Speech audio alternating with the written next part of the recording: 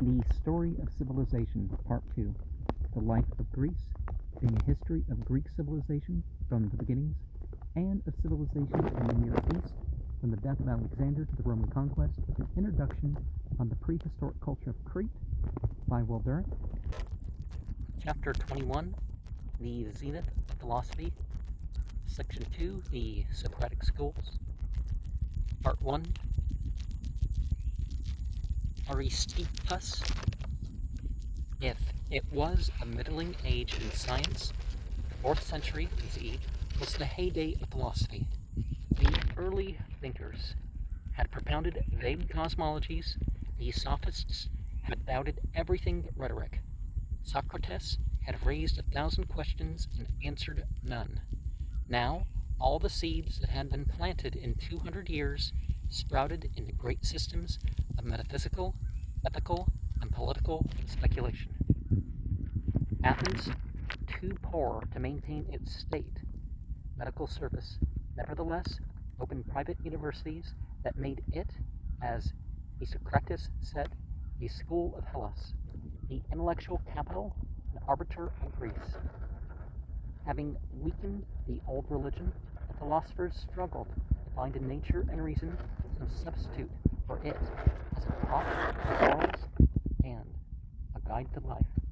They explored first the paths opened by Socrates, while the sophists relapsed, for the most part, into the teaching of rhetoric and disappeared as a class. The pupils of Socrates became the storm centers of violently divergent philosophies.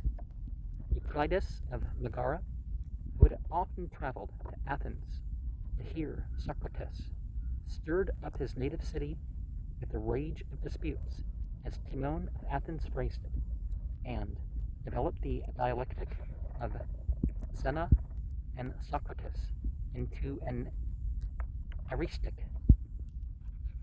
or an art of argument that questioned every conclusion and led in the next century to the skepticism of Pyrrho and Carneades. After Euclides' death, his brilliant disciple Stilpo led the Megarian school more and more towards the Cynic point of view.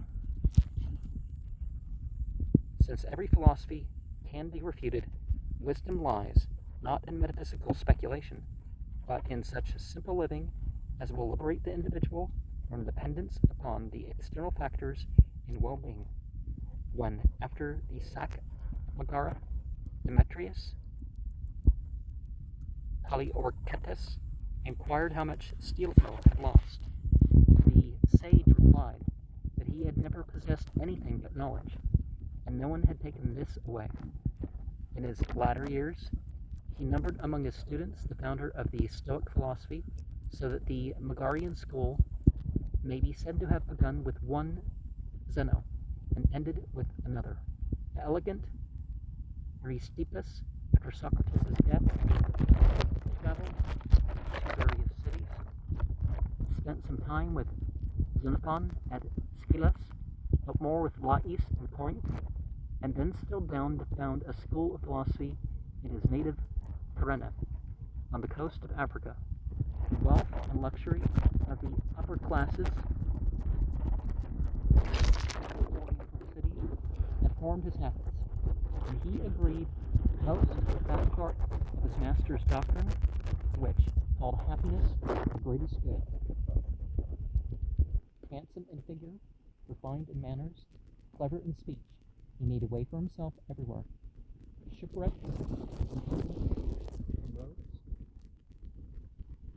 he went to a gymnasium, discoursed, and so fascinated the men there that they provided him and his companions with all comforts. Whereupon he remarked that parents should arm their children with such wealth that even after a shipwreck it should be able to swim to land with its owner. His philosophy was simple and candid. Whatever we do, said Aristippus, is done through hope of pleasure or fear of pain, even when we impoverish ourselves for our friends, or give our lives for our generals. Therefore, by common consent, pleasure is the ultimate good, and everything else, including virtue and philosophy, must be judged according to its capacity to bring us pleasure. Our knowledge of things is uncertain. All that we know directly and surely is our feelings, wisdom, then lies in the pursuit of not of abstract truth, but of pleasurable sensations. The keenest pleasures are not intellectual or moral. They are physical or sensual. Therefore, the wise man will seek physical delights above all, nor will he sacrifice a present good to a conjectural future good. Only the present exists, and the present is probably as good as the future, if not better. The art of life lies in plucking pleasures as they pass, and making the most of what the moment gives. The use of philosophy is that it may guide us, not away from pleasures, but to the most pleasant choice and use of them. It is not the ascetic who abstains that is pleasure's master, but rather the man who enjoys pleasures without being their slave, and can prudently distinguish between those that endanger him and those that do not. Hence, the wise man will show a discriminating respect for public opinion and the laws, but will seek as far as possible to be neither the master nor the slave. If it is a credit to a man that he practices what he preaches, Aristippus deserves some honor. He bore poverty and riches with equal grace, but made no pretense to impartiality between them. He insisted on being paid for instructions, and did not hesitate to flatter tyrants to gain his end. He smiled patiently when Dionysius the first spat upon him. A fisherman, he said, must put up with more moisture than this to catch even a smaller fish. When Durant reproached him for kneeling before Dionysius, he answered that it was not his fault if the king had his ears in his feet.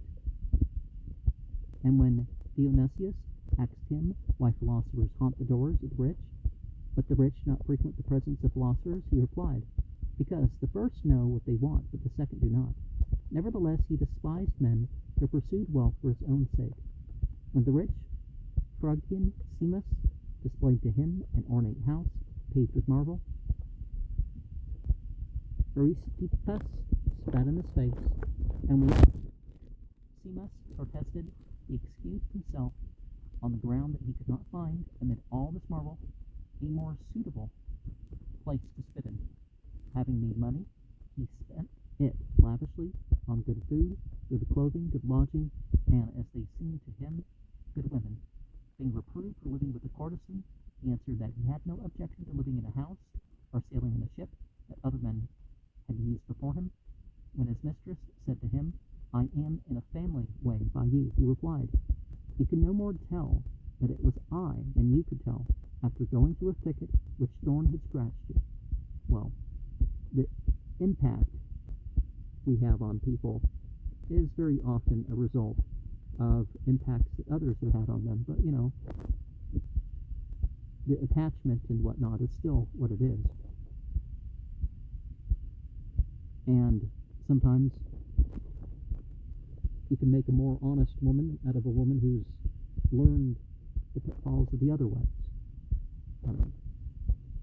It's up to you to regard the risk involved, but, people liked him, despite his honest ways, for he was a person of pleasant manner and refined culture, taka simus, and kindly heart. Doubtless his blunt hedonism was in part due to his delight in scandalizing the respectable sinners of the town.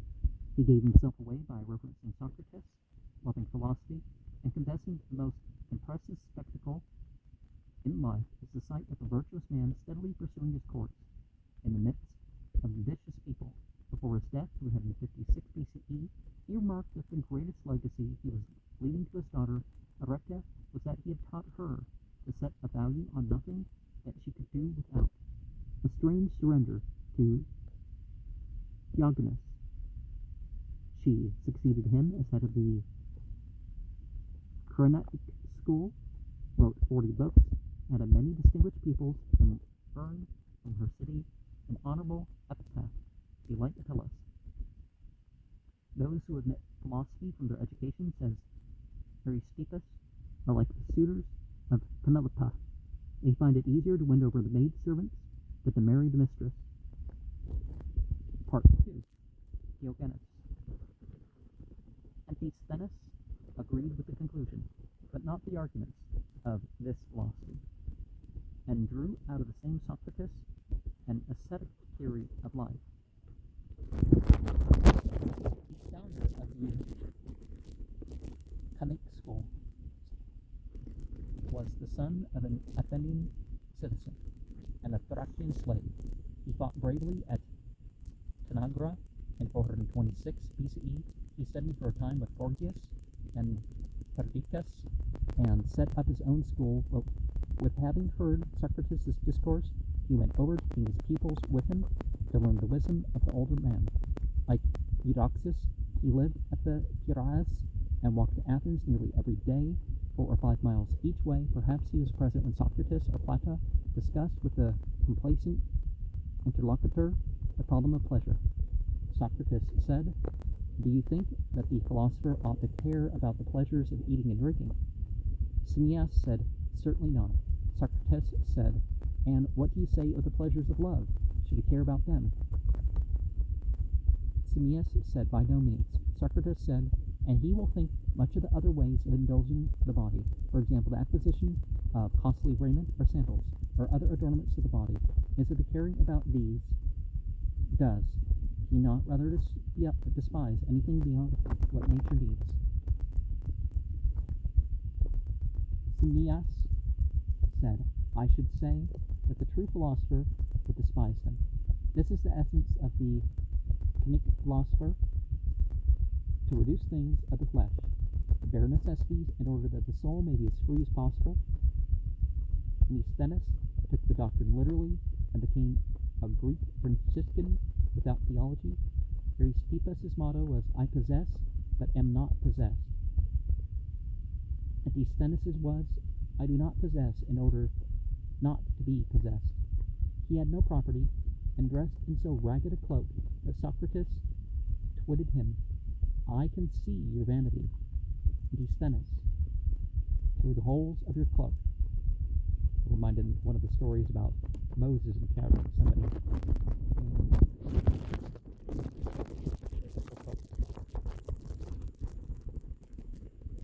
Well, it was a sign of obeying the commandment, but, they were focused on the physical side, the vanity of, "Oh, I got this big old beard," and all that.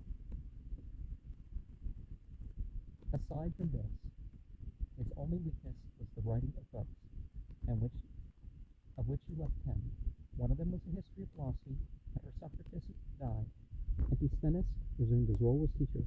He chose as his lecture center the gymnasium Nasargas, Dogfish, because it was maintained for people of low or alien or illegitimate birth.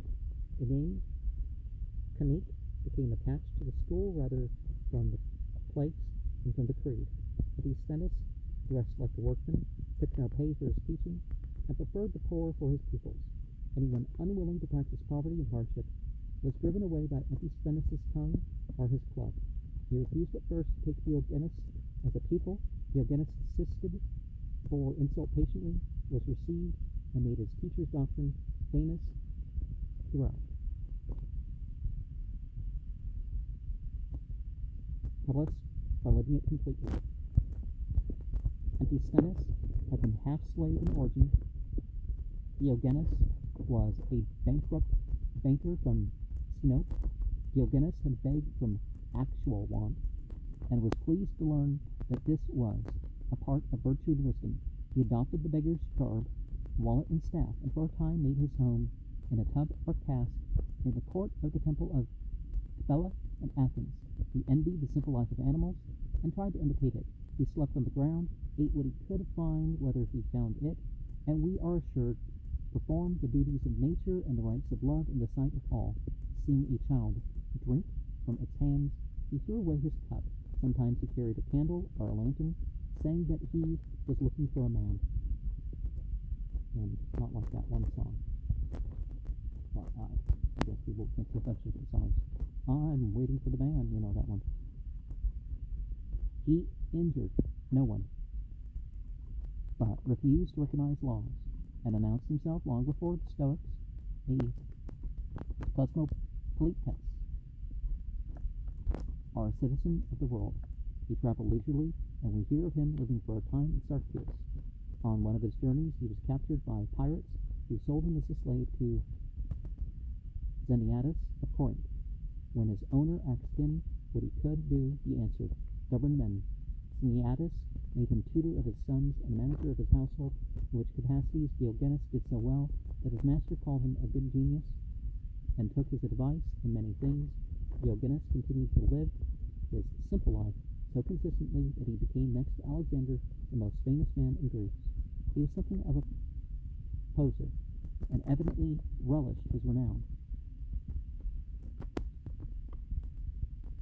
He had a gift for debate, and his namesake reports that he never lost an argument. He called freedom of speech the greatest of social goods, and made much use of it. With coarse humor and unfailing wit, he rebuked a woman who knelt with head to the ground before a holy image. "Are you not afraid," he asked her, "to be in so indecent an attitude, when some god may be behind you, for every place is full of them?"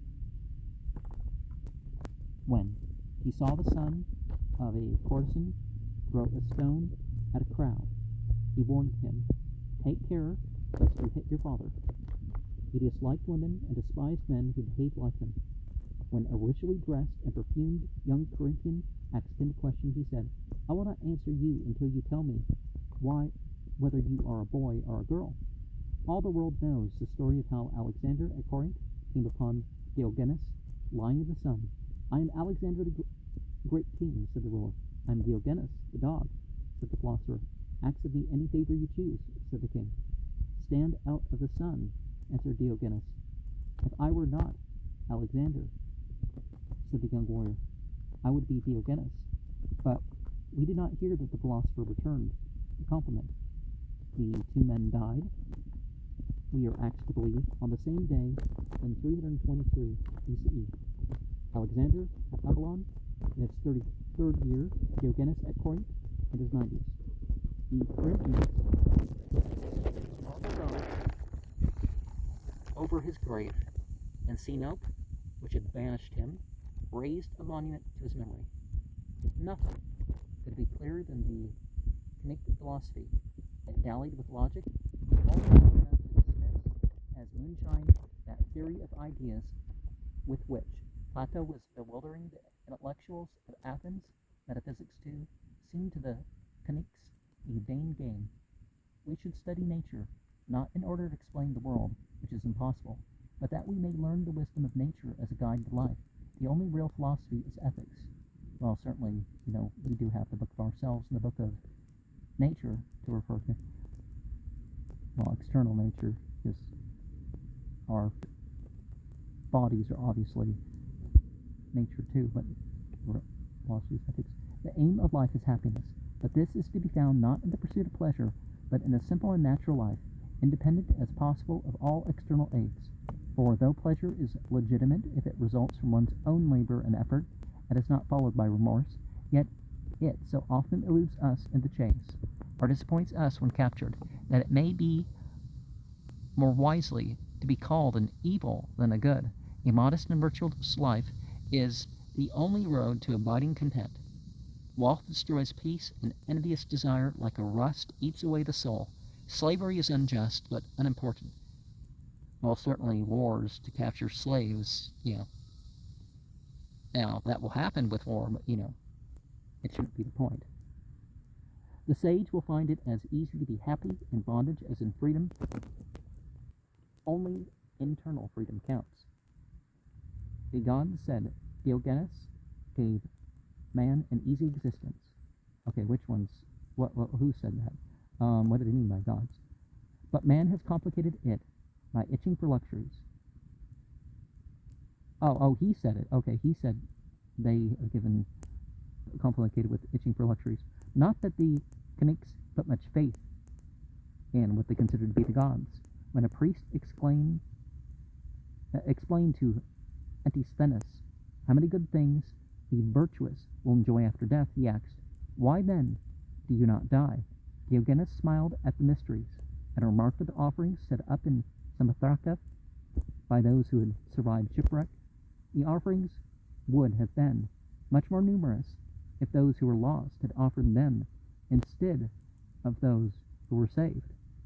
Everything in religion but the practice of virtue seemed to the Cynics superstition. Virtue must be accepted as its own reward and should not depend upon the existence or justice of what are considered to be gods. The similar sentiment in the Bhagavad Gita and sort of, but it's theological there, and it's theological in the Quran that you do good because it's the good thing to do. Virtue consists in eating, possessing, and desiring as little as possible, drinking only water, and injuring no one. Asked how to defend oneself against an adversary, Diogenes answered, by proving honorable and upright. Only sexual desire seemed reasonable to the Cynics. They avoided marriage as an external bond, but patronized prostitutes. Well, the act would be safer and from different perspectives if they did favor marriage, but Diogenes advocated free love and a community of wives, and Antisthenes, seeking independence in everything, complained that he could not satisfy his hunger as solitarily as he could assuage his lust.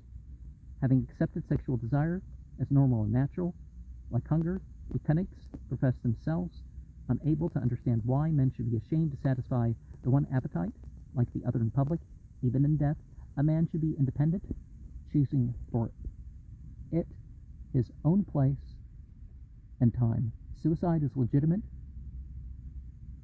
Well, it occurs, but Diogenes, some say, killed himself by holding his breath. Wouldn't you just pass out and start breathing? The Cynic philosophy was part of a back-to-nature movement which arose in the 5th century Athens as a reaction to maladjustment to an irksomely complex civilization. Men are not civilized by nature and bear the restraints of ordered life only because they fear punishment or solitude. Diogenes stood to Socrates in somewhat the same relation as Rousseau to Voltaire.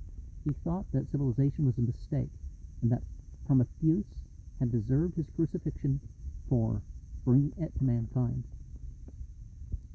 The Cynics, like the Stoics and Rousseau, idealized nature people.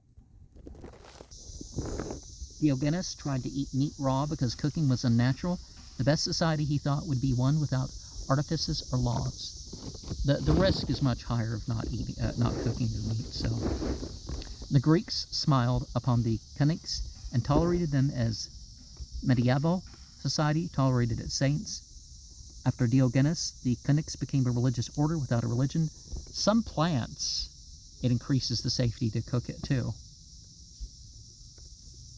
After Diogenes, the Cynics became a religious order without a religion. They made a rule of poverty, lived on alms, tempered their celibacy with promiscuity, and opened schools of philosophy. They had no homes, but taught and slept in the street or the temple porticos. Through Diogenes' disciples, Stilpo and Crates, the Cynic doctrine passed down into the Hellenistic age and formed the basis of Stoicism. The school disappeared as an entity about the end of the 3rd century BCE, but its influence remained strong in the Greek tradition and perhaps reappeared in the Essenes of Judea and the monks of early Christian Egypt. How far all these movements were influenced by or influenced similar sects in India, scholarship cannot yet say. The back-to-nature devotees of our own day are the intellectual descendants of those men and women of Oriental or Greek antiquity who, tired of unnatural and cramping restraints, thought that they could turn and live with the animals. No full life is without a touch of this urban fantasy. And one of the things for tens of thousands of years has been this idea, maybe society is not the right answer, but it's obviously not the right answer either to say that, let's turn against the desires. It's just, you got to apply the desires correctly, right? And not make things about the desires. And, there's different approaches of philosophy to say that you could be right, but I say that you shouldn't do philosophy like, okay, this is the school of thought and I'm going to stay in the school of thought. I'm not of the opinion that people should do that. They should use the methods and stuff.